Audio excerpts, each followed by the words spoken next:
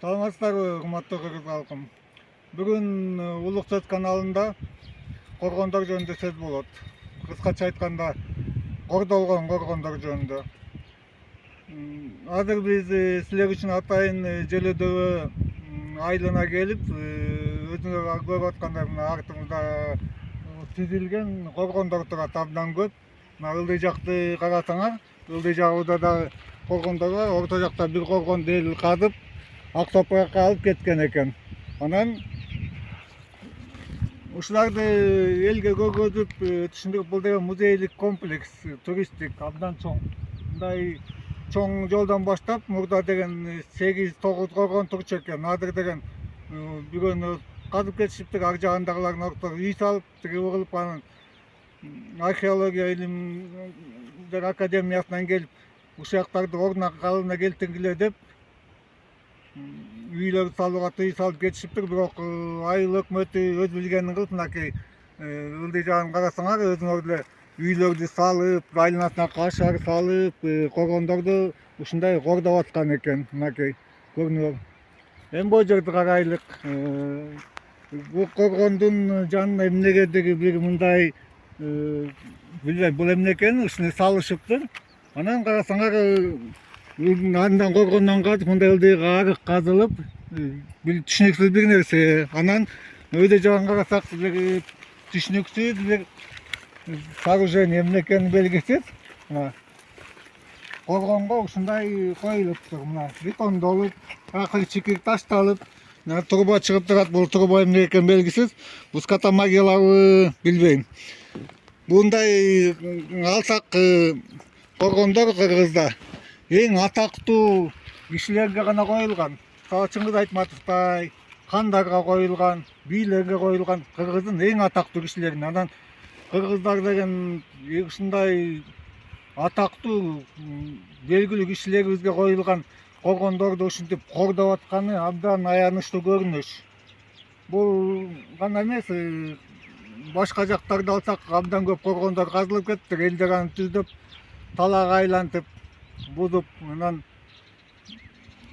мындан ары ушундайларды токтотуш керек. Токтотпосок биз эмне деген абалга келип калат билем. Кыргыздар деген башка элдердикине салыштырмалуу музейдик комплекстер жок такыр эле. Музейлерге барсак баары бош турат. Мына биздин улуттук музейге баралык. Эмне көрөсүңөр ичинде? Эчтеке жок. Ал эмес бир күлкү келтирген бир нерсе, бир жаа жасап айнектеп коюшуптур. Анан жаагынын тептиргисин, орусча титива деп коет. Кадимкилер советтик шпагат чөйүп коюшуптур. Эми бул абдан чоң күлкү болуп атат. Анан бул жер болсо өзүңөр карагалачы, мына тияка чейин ылдый айылдын башынан баштап коргондор тизилип турат, желеп алып. Жанына үйлөр салып, кашарлар салынып, бир тамтыгы чыгып келатат. Бул жерди сактап калыш керек. Мисалга деген эки жагын кашалап, ортолорун песка блок менен брусчатка коюп, эки жагына карагайлар тигип, мана Сордоодогудай.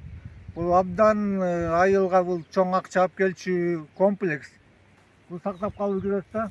Ошон үчүн келдик. Анын үстүнө бул коргондорду көргөзүп атканыбызда бир себеби, былтыр 2022 жылы мен кетип баратсам, бир топ киши токтотуп калды, жолдун четинде отурушуптур. Анан эмне болду десем, ушундай коргондорду каттап жүрөбүз дейт, дрондор менен тартып. Эмне үчүн десем, Советтер Союзунун убагында ар бир коргон катталган дейт, номер коюлган дейт. Ошолордун баарын текшерип атабыз дейт, дрон менен учуруп. Анан көргөн жериңер кайсы жакта жолдор бар, кантип өтөбүз тияка бияка сурашты. Анан мен айтып бердим. Анан тактап сурасам, коргон бузгандар үчүн статья каралган дейт. Мисалы, коргонду түртүп, жосомно момундай оокат кылгандарга 5 жылга чейин түрмө каралган дейт. Анан 5 миллион сом айыпка жыгылат дейт. Анан өзүңөр көрүп атасыңар, бул жерде элдер момундай үй салып атканына эл күнөөлүү эмес.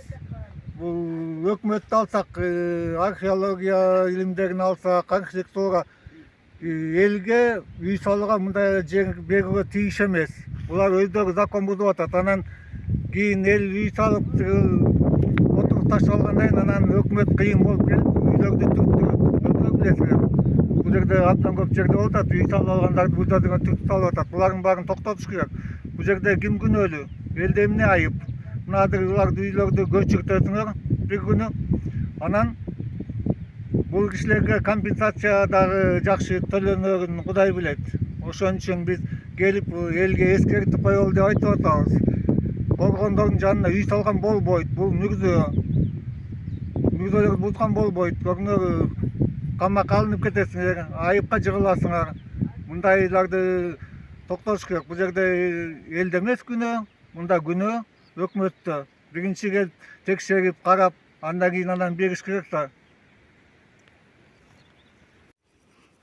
Мына биз азыр бир коргондун түбүндө турабыз, үстүнө чыга элекпиз. Өзүңөр каралачы, эл ак топуракка, стройкага мына монтип казып кетип атыптыр. Биян карагыла, артыңарды карагыла тигине. Экскаватор менен келеткен дагы казып алып кетип кеткен. Муну менен эч кимдин иши жок, мына. Карабыз кандай тамтык чыгарышкан. Эмне деген көрүнүш. Өзүбүздүн ата-бабалардын мүрзөлөрүн ушундай кордоп атыптырбыз. Үстүнө чыгып карап көрөлү. Мына өзүңөр көрүп атасыңар, ушу коргонду эл казып атып, мынакей кишинин баш сөөгү да өйдө жака чыгып калган жердин үстүнө. Мына. Бу кечирсин эми ата-бабаларыбыз биздин ушундай кылган иштерибиз үчүн. Бул абдан туура эмес. Мына кандай түшүнсөк болот. Мына сөөктөр жердин үстүнө чыгып калган. Мына коргондун үстүн карагылачы, кандай бузулган. Мына ылдый жакты карагыла. Эмне кылышкан элдер? Муну калыбына келтириш керек. Мына туугандар, биз азыр көрдүк, коргонду казып, баш сөөктөр өйдө чыгып калган жерге. Андан ылдый коргондо карасак, мына бир коргон турат, чала аманеке. Андан аркы тигине бир сарай салынып турат, сарайдын жанында коргонду эл толук казып таштаган. Уландылар анча мынча калган. Андан ары бир коргон айылдын ичинде калыптыр. Андан ары дагы бир коргон бар болчу дейт, аны билбейм эмне болду. Аяка биз кире албай койдук, жол жок экен. Буяка бир бетондон бир стройка бар, бир тамтык чыккан көрүнүш бул. Эгерде туристтер келип көрчү болсо билбейм, бизди шылдыңдайт го. Кыргызды ансыз деле башы жок эл деп абдан көп айтып жүрүшөт. Мен да көп уктум. Өзгөчө Россиядан аябай жаман мамиле кылышат бизге.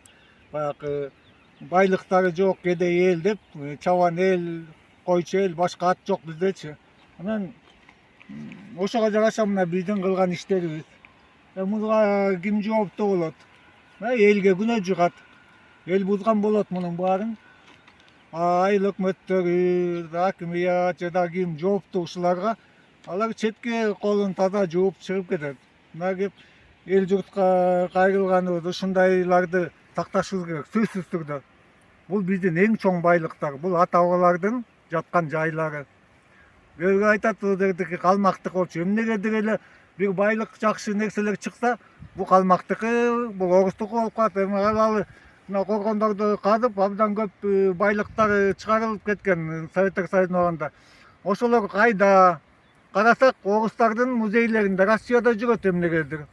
Бизден казып алынган нерселер. Анан Кыргызстандын коргонунан казып алынган алтын киши Казакстанда жүрөт. Аны өзүңөр билесиздер, аны айткандай эмне.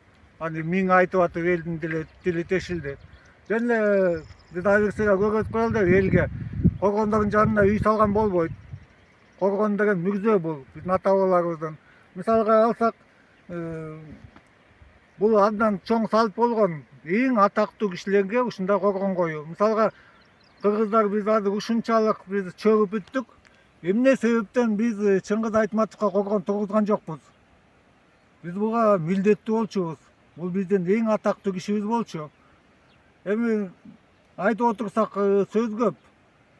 Мындагы дагы башка коргондорго барып карап көрөлү эмне болуп атат. Андан сөз улантабыз. Эке каршы жаныбызда күрөк да, бычак да жок болуп чыкты. Жер катуу экен. Анан бул башты кайта жерге, баш сөөктү жерге коелу десек, казганга аспап жок. Анан ошон үчүн жок дегенде ушу жаткан жеринде мындай кичинекей топурак салып жерге жашырып коелу дедик. жатқан жайы жайлы болсын. Ата бабалар ушундай биз аларды кордогонубузду кечирсин.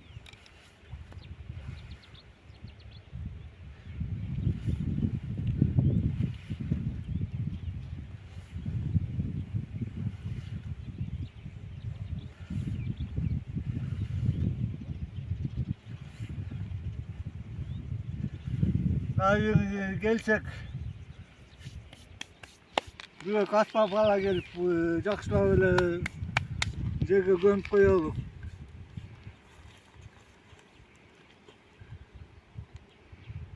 Emetip ketmesin toprak. Biz hazır Kızıl Sayılı'nın Karakol tarafındağı, Күнчыгыш tarafındağı çoğun korgonda turabız. Bunu Sovetler Soyuzu'nun orunda bu жерде мындай bizden ылдый дагы эки коргон турчу, çoğun. Аларды бүт казып туруп, бизден Постгаи, Сырат Постгаидан ылдый каналга чейин ушул коргондордун топурагы менен жолду көтөрүшүптүр. Анан ушу калган коргон, 3-коргонду казып бүтүп калганда археологдор келип токтотуп калышкан. Эми карасаңар кандай чоң коргонду казып салышкан. Айланып карасак 100 метрге жакын го дейм диаметрине. Чоң коргон, абдан чоң. Мына жактан карасаңар. Менин колум көргөзгөн жерде көрүп атасыңар, тегинде баш сөөк көрүнүп турат. Бул жерде дагы баш сөөк турат.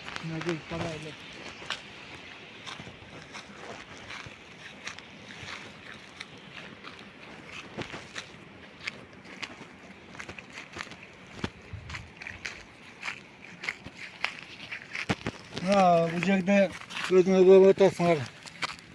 Кишинин сөөгү көрүнүп калыптыр. Ачык. Bu жерде дагы кишинин сөөгү көрүнүп турат.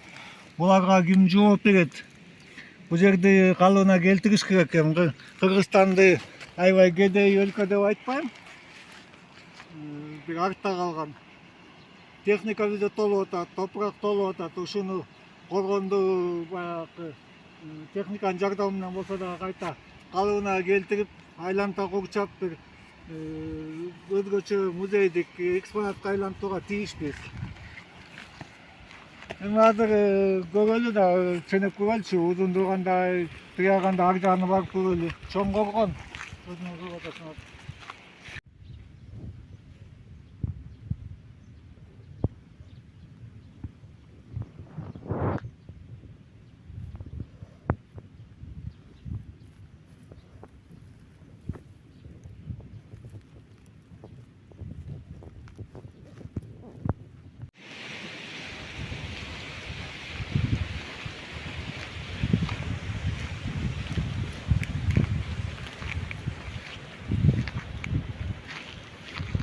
Бул коргондо мындай жердин алдына терең кеткен мындай жол бар экен.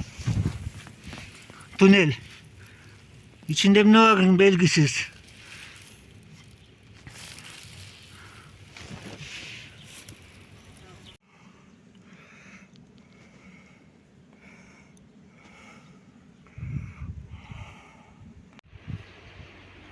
Бул коргон кыргыздардыкы экени мынакей Боореки жылкынын баштыгынан эле билинип турат. Эгерде баатыр каза болсо же атактуу хан каза болсо койгондо анын жылкысын ушундай өлтүрүш, баягы башына жем баштык кийгизип көзү жабылып калгандай. Анан жылкы жыргап жем жеп атканда башы учту, мындай балка менен чекеге чабышчу кыргыздар. Анан жылкы өлгөнүн билбей калат. Мынакей көрүнөбү? Баягы чабылган балканын изи мына шекесинде чабылган. Мына көзүнүн карашы керекчи, мынакей балканын изи. Кыргыздыкы бул мүгүзө, бул коргон. Көп элдер калмактар койгон, тиги койгон деп сүйлөй берет. Уккандай эмне? Мынакей далил турат. Бул жылкынын башы, чекеси тешилген. Бул кыргыздыкы. Biz hazır Kızıl Sayılı'nın Күнчыгыш tarafındагы Постгаинин жанында турабыз. Азыркы биз көргөн коргондун топурактары мына ушул жерден баштап ылдый.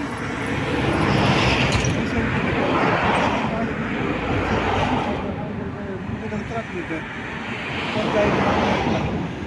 Ularga da tiyden boldu. Adam bugün amcam korkunçtu. Bu yerge elge inşallah tiyuga belgilep attık. Kalkıp koydu. Territoriyasına ошол бурчап, коргого тийиш закон боюнча. Ошо эми буякта алсак мына тиги коргондун коргондун топурагы, тиги коргондон ылдый эки коргон турган. Ушуга кадылып мына боо жолдорго ушу менен ушул жерге төшөп тиги айылдын четине чейин төшөлгөн дейт коргондун топурактары.